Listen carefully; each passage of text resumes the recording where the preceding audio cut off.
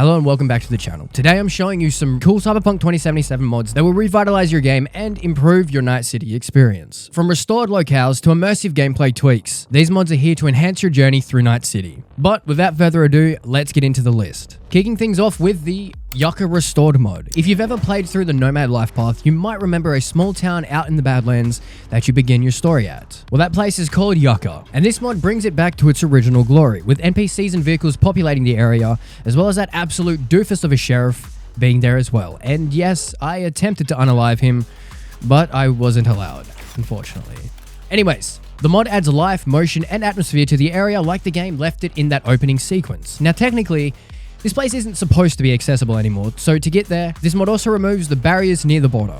That means no more invisible walls or insta-death zones, just an open road leading you back to what was once a thriving little town. Now, while the physical barriers are gone, the game still considers the border a no-no zone. So if you try to head there through the checkpoint, the guards will open fire. If you're planning to visit, make sure you're armed or ready to drive very fast. Optionally, you can just fast travel straight to Yucca, as there is a fast travel terminal added there as well now. Still, once you're there, it's a nice experience, like stepping back into the beginning of the game and unlocking a location you were never really meant to return to. If you're into world building, hidden spots, or just seeing parts of Night City that were cut off from the main game, this one's absolutely worth it. But next up is Immersive Sidearm ADS. And while this might sound like a small tweak, it actually makes a pretty noticeable difference during moment-to-moment gunplay, especially if you use pistols a lot. The mod adjusts how you hold sidearms while aiming down sights. Instead of that super close-up, zoomed-in perspective the game usually gives you, this mod pushes the weapon further away, creating a much more natural and immersive field of view. There's no artificial zoom when using iron sights. It's clean,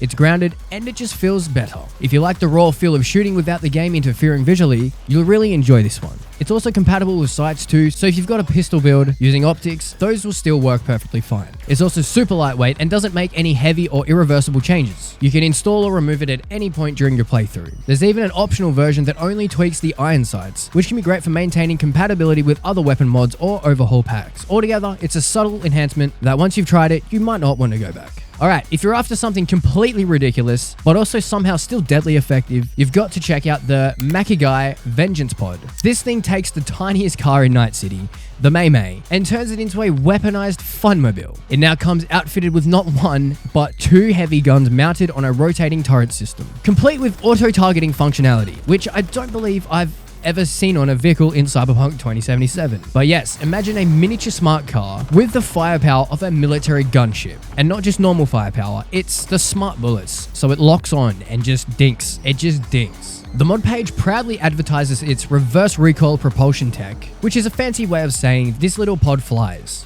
You'll hit speeds that feel completely unnatural for this car, and it handles surprisingly well too, which just adds to the chaos. You can drift around corners and mow down enemies with cannon fire like you're in some dystopian Sunday morning cartoon. There are also a bunch of appearances to pick from, ranging from reds down to metallic gold or silver, in the colors of course, and some stripy stripe ones as well. So yeah, whether you're going for a hot pink or a matte black, there's a skin here that will fit your mood or style. It's pure comedy at first glance, but under the surface, the Vengeance Pod is a fully functional tactical vehicle that can absolutely hold its own in combat. And the best part, it doesn't break immersion. It redefines it in the most cyberpunk way possible. Now, the only thing that wasn't incredible about this mod was the missiles. They didn't always target who I wanted to blow up. But, I mean, you know. But next is the Genesis X Gran Berlinetta, a car that feels like it was pulled straight from a luxury concept garage and dropped straight into Night City. This thing is sleek, aggressive, and it just oozes futuristic class. The body design is inspired by high-end concept cars, and it looks every bit as expensive as it drives. From the aerodynamic curves to the crisp blade-like headlights and full-width taillight, the ride fits perfectly into the high-end lifestyle you'd imagine for, say, Corpo V. But what really sells this mod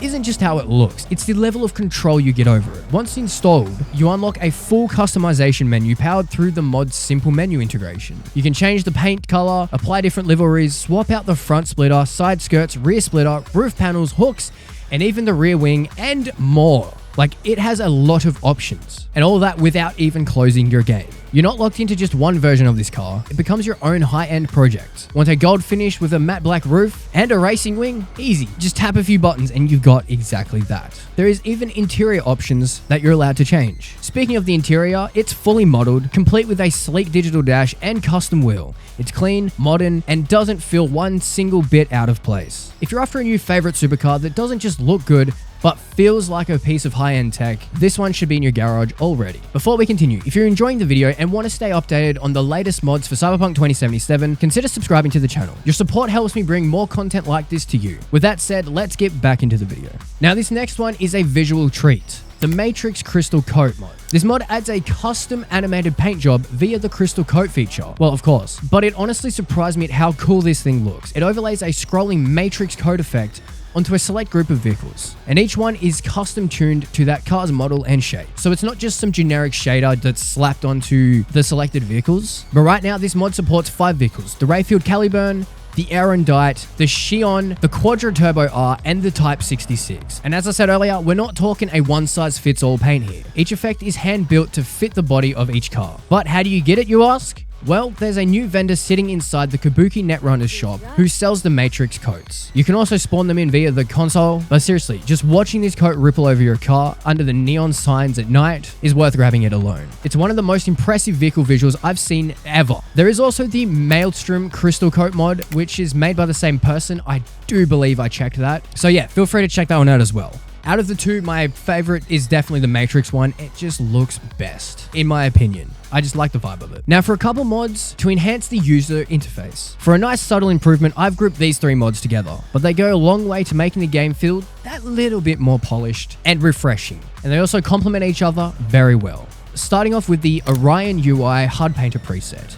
This one's a refined preset that adjusts the HUD's colors for better contrast and visual consistency. It leans away from the vanilla green and yellow tones and instead goes for a more modern red and teal palette. It keeps the spirit of the original look, just sharper and cleaner, as well as a little bit easier on the eyes, if you ask me. Then we've got Big Compass Around Circle minimap. If you're like me and want better situational awareness and better visibility of the compass, this one's for you. It wraps a large, clean compass around the minimap, giving you better directional context without cluttering the screen. It just makes navigation on the minimap feel a bit more natural. And lastly, subtle HUD and user interface tweaks. This mod lives up to its name. It makes small adjustments to fonts and UI colorings across the board. Nothing drastic, but enough to notice. The whole thing ties together well with Orion and the Compass mod, giving you a sleeker and more immersive interface without breaking away from Cyberpunk's vibe. And for me at least, I just wanted some nice subtle changes to the game UI. I'll be looking around for some more, so please feel free to let me know in the comments any other UI mods that I should check out. But let's get over to the next mod for today. H10 Bone. This mod gives V's H10 apartment a much more grounded and realistic vibe. The whole space has been reimagined, with a cleaner layout and a few big changes. The vending machine is gone, and in its place you have a nice little closet where you would technically put your stash and your weapons. Now, what happened to the stash, you may be thinking? Well, that has been replaced with a goddamn kitchen. It looks sick, complete with ambient details that make the space feel way more livable. There's been quite a few changes across the board here. The bathroom is mostly the same. It might be slightly more sleek and cleaner though, but it completely changes the tone of the apartment while staying pretty immersive.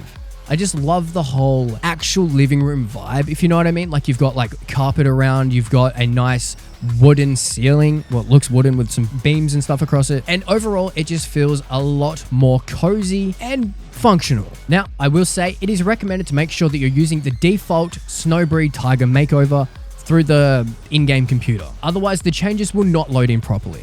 As you can see here, the new stash door is actually blocked off by the vending machine, I believe, which is actually meant to be gone. But because I had a different apartment makeover on, there was a few issues that I had. But as soon as you switch it back to the default apartment makeover, all those issues dissipate and don't exist anymore. But yeah, overall, this apartment is very clean and super sleek.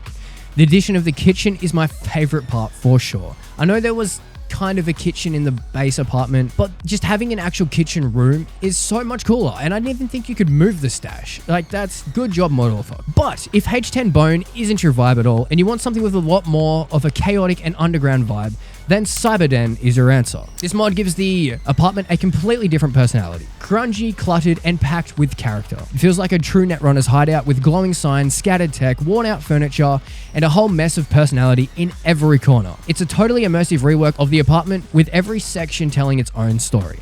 From the food cooking on the stove to the LED lit bedroom and bathroom area. The lighting feels intimate, the walls are tagged up, and it's just enough visual noise to make it truly feel lived in. This one also runs through Archive XL, and just like the Bone version, it will conflict with any other mods that mess with the H10 layout. So pick your flavor, clean and modern or a chaotic cyberpunk den. But moving on, we're wrapping things up with something wild. This is the M9 project, the weaponized version of the Wobbler. It's a top secret Militech prototype with fusion magjet propulsion, built deep underground in the Militech Special Projects department by a still missing engineer named Thomas Starr. The lore around this thing alone is pretty cool, but the actual bike, even better. It's a fully weaponized single-wheel monster with a TIE Fighter style stabilizer system, directional jet propulsion, and a unique crystal dome vision system for riding in first person. You can aim its weapons by steering and leaning, and it's got enhanced handling both on and off-road. There's even a player stash built into the back, which is a really nice touch. It doesn't replace any other vehicles either, it's a full add-on, which is always appreciated. Now, full transparency,